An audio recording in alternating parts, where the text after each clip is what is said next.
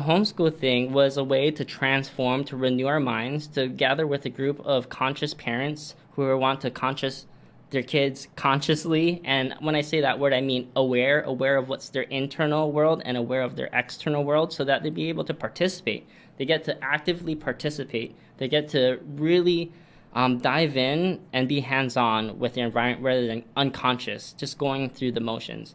So part of this homeschool thing that we really focus on is the Olelo Hawaii part, the language, because language helps you to kwapo your mana'o, is what we call it. Change the way you think. Kwapo mana'o. Because if we don't change the way we think, the pathways in our brain stay the same and we don't grow.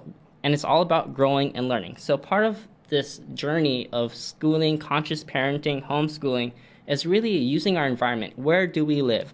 You know, we live in Hawaii, the most beautiful place in the world, the living water, Hawaii of E. And it's amazing that for most people, they know they want to be outside, but they don't know why. And I think when you learn the language, it's ingrained in the cosmos.